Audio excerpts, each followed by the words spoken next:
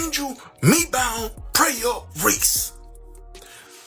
You only relevant because you keep bringing up my precious CC. You want to pull up with your billboard Reebok ad in Indiana talking about you in her trap. Man, stop it. You out of there. You hear me? My precious CC don't be in no trap. Real talk. You hear me? At the end of the day, she don't do those type of things. Yes. You hear me? Don't put that with her name at the end of the day. If you be in a trap, that's your business. You hear me? Whatever the case may be, that ain't nothing to be proud of. Ever watch someone crash and burn while convinced they're soaring? The 2025 WNBA All-Star Weekend gifted us that exact tragedy. A marketing disaster so spectacular it exposed everything wrong with chasing clout instead of building legacy. Strap in. Everyone with credit card debt is lining up to get the Angel Reese signature shoe. Here it gives you the power of the rebound. Bang! Again! Burn! Will she save it? No! What everyone's paid to see, the Angel Reese rebound. Bang! Kelsey Plum makes the shot, she'll get more money. Bang! We show up and show out for our rebounding queen. Yes! Bang. I love rebounds. Yes! Hey, Jimmy, did you see that last rebound? It was so sick. Yes, she did it again. Rebound! Bang! Angel Reese strutted into Indianapolis like Caesar entering Rome. Billboard screamed, "I'm in your city." Social media teased her Reebok, Me Bounds, sneaker drop. Every ad breathlessly promised her hostile takeover of Caitlin Clark's backyard. This wasn't just basketball. It was a gladiatorial brand invasion meticulously crafted around one dangerous delusion. That proximity to greatness equals greatness itself. We shall never know peace. At least when it comes to the WNBA space. It was this ad that Angel put out, and I don't know if this is part of a larger campaign where it's going to be similar themes in similar places, but because of where the WNBA All-Star Game is, and because of who plays on the Indiana Fever in the home city of the WNBA All-Star Game, it's going to raise some eyebrows. Reese's entire empire moment balanced on a single point of failure, not her rebounding skills. Not her charisma. Caitlin Clark's presence. Marketing execs literally circled Clark's expected appearance date when planning Reese's shoe launch. The brutal calculus? Clark's guaranteed spotlight would give Reese's campaign oxygen. Without it, the blueprint was kindling, waiting for a spark. Literally, debut. It's got to be when she plays Caitlin Clark. So they obviously ended up debuting at All-Star Weekend because Caitlin didn't play when they were in Chicago, and Caitlin didn't play. Or Caitlin's not playing in this game, so they're debuting at All-Star Weekend. The plan was to literally go and use Caitlin Clark for the Then fate laughed. 7 days before tip-off, Clark clutched her groin in agony during a Fever game. Diagnosis: All-Star bench duty. Reese's team faced disaster with disturbing calm. Billboard stayed up. Captions like, "Walk in your trap," kept firing. The arrogance was breathtaking, like declaring victory while the champion's sword still hovered above your neck. There is the part of me that's like, is this really necessary? And shouldn't Angel Reese be able to market herself at this point without invoking or even, insinuating some sort of attachment to Caitlin Clark? Because if I'm being honest about it, people say that moment was huge. It will live forever. That moment will live forever. But Caitlin Clark was on this trajectory already. And if anyone has benefited more from the attachment... Reese's "I'm in your city" rollout became instant marketing malpractice. Instagram reels showed her smirking through empty promo events. That "take over your trap" tagline? Tone deaf in a city actually worried about Clark's injury. Fans roasted the cringe. More photographers and customers at her shoe launch and trying to claim a crown while the queen's in the ER. The harder Reese pushed, the clearer her desperation glowed. It's one of those things where it's like it's very clear that one side is absolutely trying to milk whatever rivalry there is. Whatever rivalry there is, it is one side trying to do everything they can to keep it together, because that is where they're going to be at. The numbers hit like shrapnel when Clark dominated the 2024 All-Star Game. 3.44 million viewers. Reese's 2025 showcase without Clark, 2.19 million, a soul-crushing 36% nosedive. Ticket resales told the bloodier story. Get-in prices collapsed 48% overnight. Scalpers literally couldn't give seats away. Indianapolis wasn't conquered.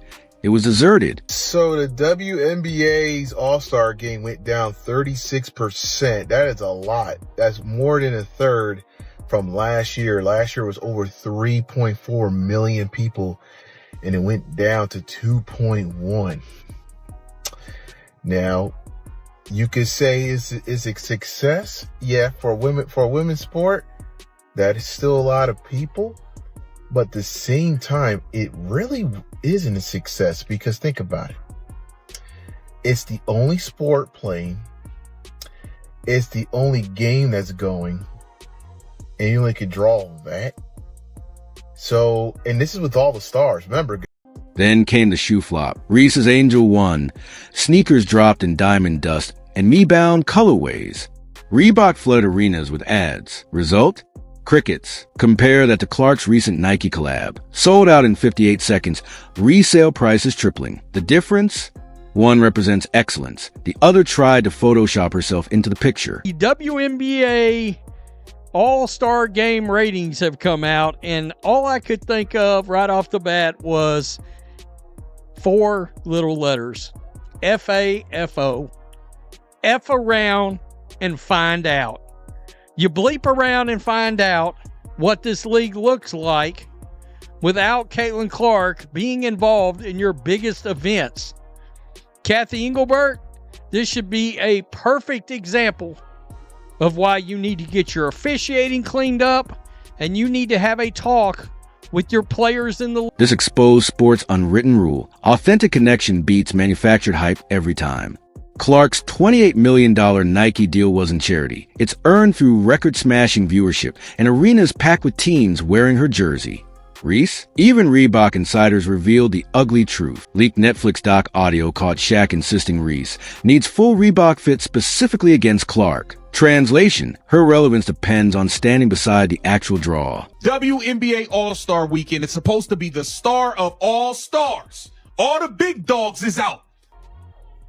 Asia Wilson, Sabrina Ionescu, Brianna Stewart, everybody's out. The big dogs are out. You got the rookie, you got Angel Reese, Miss Me Too. All of the stars are here. And look at this news. The get-in price for the WNBA All-Star Game in Indianapolis has dropped 48% from $121 to just $64 after news broke that Caitlin Clark won't be playing. Want deeper sports marketing autopsies? Subscribe for weekly breakdowns. Closing. Tap the bell so you're first to see our next deep dive.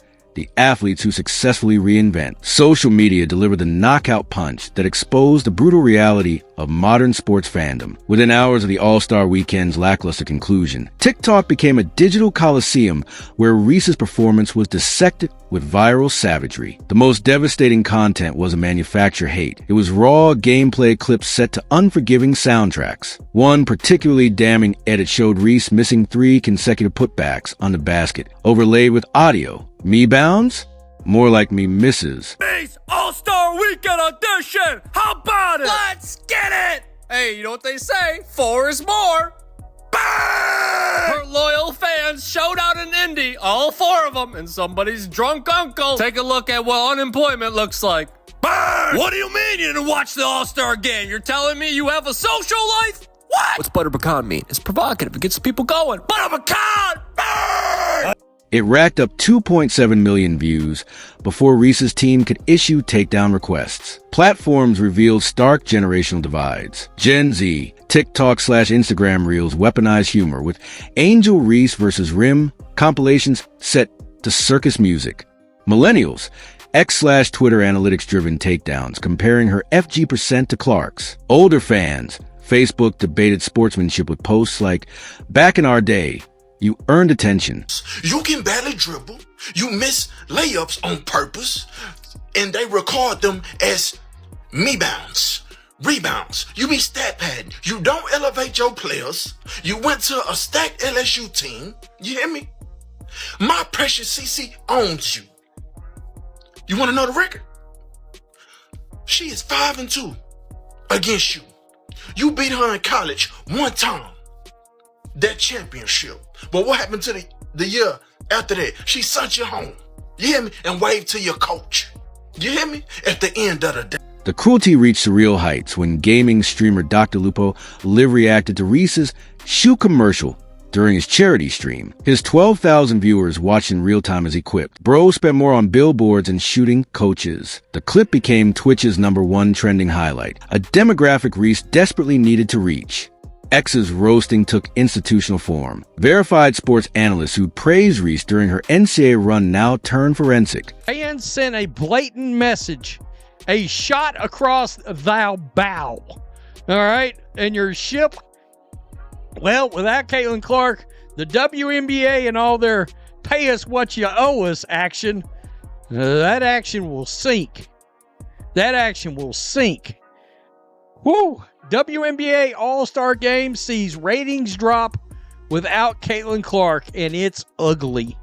It's real ugly. Who is that? Let's examine why MeBound branding fails. 1. Implies self-reliance yet campaign depended entirely on Clark. 2. Literal definition. Confined space, terrible optics for athlete, Reebok's Diamond Dust, colorway moving at clearance speeds while Clark's basic Nike warm-up sell out.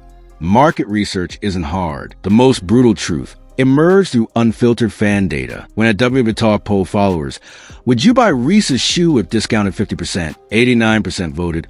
Only as joke gift. This wasn't just criticism, it was commercial rejection. The psychological perfect storm. 3 factors magnified the backlash. Schadenfreude overkill. Fans resent being told who to idolize. The I'm in your city messaging felt like corporate coercion. Authenticity deficit. Gen Z spots manufactured rivalries instantly. Forced beef feels like WWE, not elite sport. Clark contrast effect. Every Reese misfire highlighted Clark's organic connection. Fan videos of Clark signing autographs for hours after losses went viral mid-backlash. Reese's past controversies resurfaced with new context. Her NCAA championship taunts at Clark were remixed as Karma's greatest hits compilations. Even neutral commentators noted, when your greatest career moment remains taunting an injured opponent, branding becomes problematic. The platform-specific wounds. TikTok. MeBound Challenge, where teens film themselves missing shots then dramatically rebounding pillows. 1.4M plus creations. X. Side-by-side financials. Clark's $28 million Nike deal versus Reese's Reebok contract, requiring performance bonuses to reach 7 figures. Discord. Anonymous insiders leaked alleged Reese camp messages complaining about Clark's unfair media coverage. Athletes entered the fray subtly. Retired WNBA legend Sue Bird tweeted, "Real queens build thrones, don't borrow castles." Though not naming Reese, the timing spoke volumes. Even Reese's LSU teammate Flau J. Johnson commented, "Stay prayed up crown," on Reese's controversial players post, interpreted by fans as damage control. The unforgiving numbers game. Data scientists scrape social sentiment across platforms. Positive mentions of Reese, 12%, down from 63% pre-campaign. Overrated mentions increased 900% during All-Star Weekend. Hashtag analysis. Hashtag Angel Reese 1 had 42% bot activity versus hashtag Caitlin Clark's 7%. Perhaps most damaging was the meme translating basketball failure into relatable life fails. Paying full tuition for online classes equals Reese's empty arena billboards. Bringing resume to automated hiring system equals Reese's shoe launch without Clark. The silver linings, few but notable. Amidst the carnage emerged nuanced discussions. Sports psychologists explain second star syndrome, where talented players crumble under rival comparisons. Marketing podcasts analyzed the Reese mistake, spending 80% on promotion, 20% on product development. WNBA advocates warned, tearing down players helps no one. But accountability isn't hatred. Reese's loyalty Barbie, fan base mounted counter campaigns. Organized hashtag Defend the Rebound tweet storms. Created compilations of Reese's community work. Highlighted her historic 15 rebound average. Yet these efforts drowned in a tsunami of criticism. The numbers revealed painful truth. Clark's fan base dwarfed Reese's by 18:1 in social engagement during the crisis. Why this backlash matters beyond sports. This became a case study in digital age reputation. Speed of execution. Backlash reached critical mass in less than 48 hours. Democratized criticism. Casual fans armed with stats overwhelmed PR teams. Mimetic justice. Poor performance gets transformed into cultural shorthand. Corporate partners face collateral damage. Reebok's mentions became flooded with dead brand walking memes. Marketing analysts noted, associating with hate-watched athletes damages premium positioning. The cruelest reality? Many critics weren't Clark fans. They were basketball fans rejecting what they saw as disrespect to sport. As one viral tweet noted, "We don't hate Reese. We hate the circus distracting from actual ballers." The post-All-Star tweet should have been a victory lap. Instead, most fun I've had in a while, because of the players, became the branding equivalent of pouring gasoline on a smoldering reputation. That deliberate all-caps emphasis on players didn't just feel ungrateful. It revealed a fundamental misunderstanding of modern fandom's ecosystem. In the digital coliseum, athletes aren't just performers. They're partners in a shared experience with supporters. Indianapolis fans had shown exceptional grace throughout the weekend, standing ovations during player introductions despite Reese's "I'm in your city" taunts. Minimal booing even after provocative billboards dotted downtown. Fan forums actively discouraging personal attacks during the broadcast. The tweet subtext screamed alienation. You spectators didn't matter. Only my peers' approval counts. It was a strategic catastrophe on 3 levels. 1. The optics of scorched earth. By implying fans contributed nothing to her enjoyment, Reese invalidated traveling supporters who paid premium prices, ignored local families who brought signs supporting both teams, dismissed young athletes who waited hours for autographs. Sports marketers cringed at the opportunity cost. Imagine the redemption arc if she tweeted, "Indy showed out. Love seeing new faces in my Reebok's fire." Instead, she confirmed every criticism about transactional relationships. 2. The pattern of deflection. This wasn't isolated behavior. It fit a troubling chronology. NCAA championship framed trophy presentation as proving doubters wrong rather than celebrating team achievement. WNBA draft night. They said I wouldn't make it. Speech despite being consensus top 10 pick. Rookie struggles. Blame media narratives for early shooting slumps. The players' tweet completed this trilogy of externalizing accountability. Psychologists call this victim positioning, a defense mechanism where individuals reframe criticism as persecution. For brands, it's commercial cyanide. 3. The business fallout. Reactions rippled through corporate partnerships. Reebok silence. No res hair or quote tweet of Reese's post. Unheard of for signature athlete content. Local sponsorships. Indianapolis Children's Hospital quietly paused joint community event announcements. Merch metrics. Her jersey sales dipped 22% in Midwest markets post-tweet per industry trackers. Most damning, NBA analyst Taylor Rook's subtle commentary. True stardom is understanding fans are part of the journey, not spectators to it.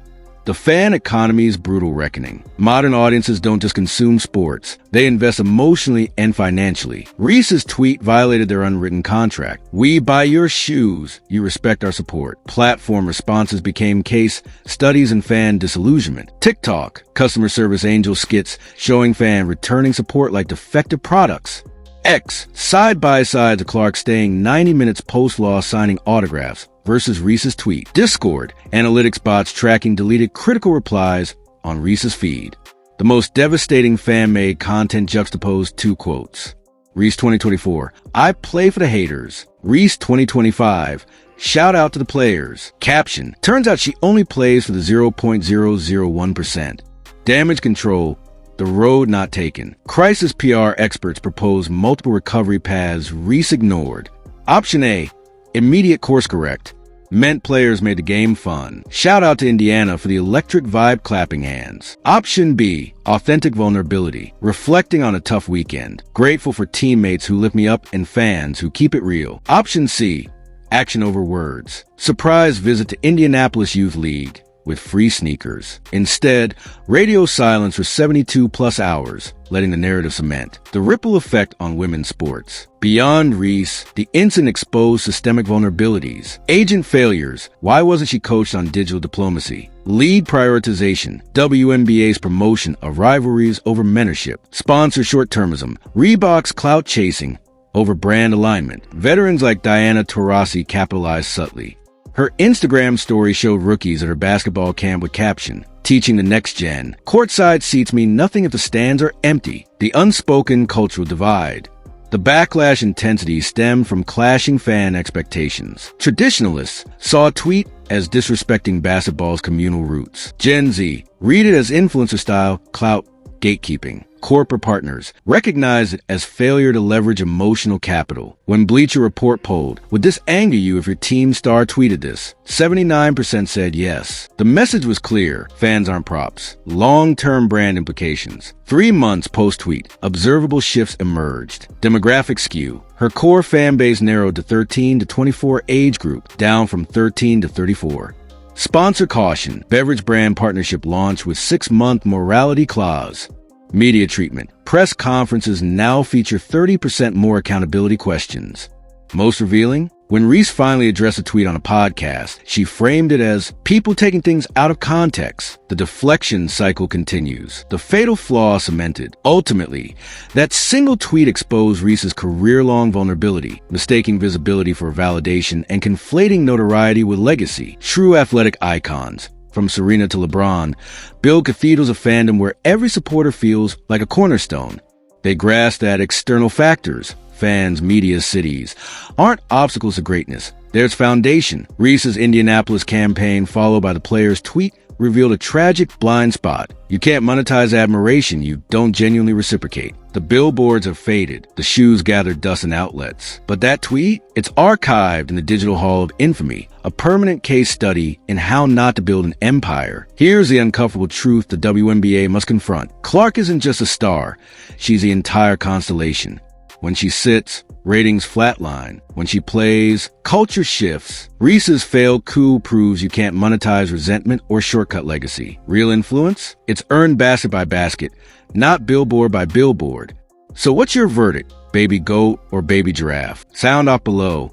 And if you're riding with authenticity over clout, want more unfiltered sports business breakdowns? Backhand Index Pointing Right smash that subscribe button for weekly deep dives. Backhand Index Pointing Right tap the bell so you never miss when we expose branding truths. Speech balloon debate below. Can self-made stars exist in the social media era?